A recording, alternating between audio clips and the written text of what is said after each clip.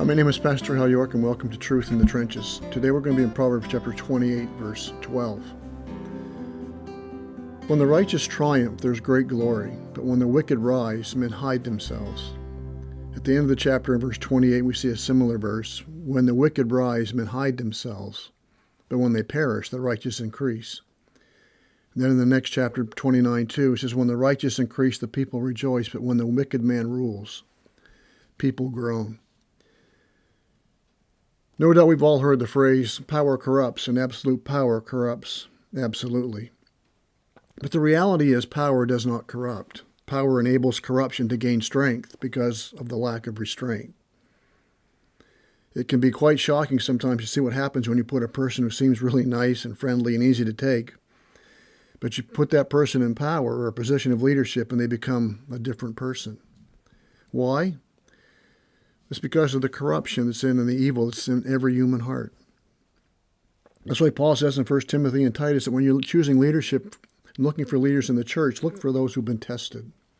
Tested in the realm of family, marriage, parenting, testing in the home. What are they like behind closed doors? In their leadership, how they use power, privilege. Tested in the workplace. What do those who work with them or serve under them think of this person? What do their unbelieving neighbors or colleagues say about them? What do these questions drive at? They drive at character and integrity.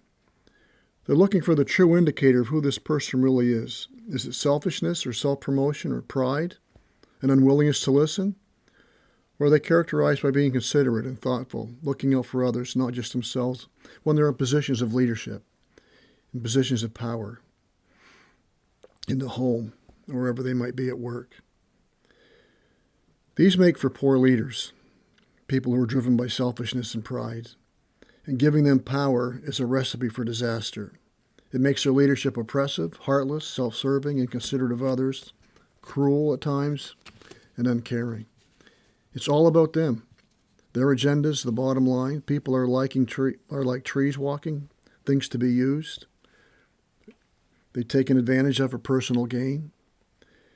And all they're doing is revealing a heart that is wicked, sinful, and selfish. And consequently, men hide themselves, and people groan under their leadership.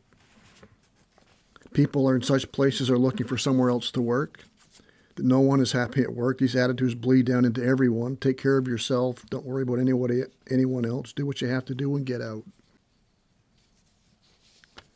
If you've ever worked in such an environment, you know what I'm talking about. And this holds true on every level, beginning at home. Many homes are oppressive because of lack of love, abuse of power, privilege. It's true in the workplace, marriages, local government, federal government. The reality is the more power a person gets, the less restraint there is in their life, and the less restraint there is in their true nature begins to show itself without fear of reprisal or consequences. Defunding the police has been a topic batted around in the last couple of years, and some major pockets of major U.S. cities in the U.S. have tried it, and guess what? They've become places where people are trying to find places to hide, trying to get out. People are groaning under the oppressiveness and the wickedness of what's going on in their neighborhoods, unrestrained evil. It's an absurd idea. It's one that is based on a faulty understanding of the human heart, the human nature. Man is not basically good, he's basically evil. There's none good, Romans says. No, not one. And the reason God established government was to restrain and punish evildoers. And when that fails to happen, lawlessness increases and life gets hard. Wickedness goes with little restraint, and sin always destroys. It always corrupts. It corrupts families, neighborhoods, cities, governments. It never enhances civilization. It just fills them with violence, immorality, abuse of children, abuse of women. Families fall apart. Civilizations fall apart. Sin has no redeeming qualities whatsoever.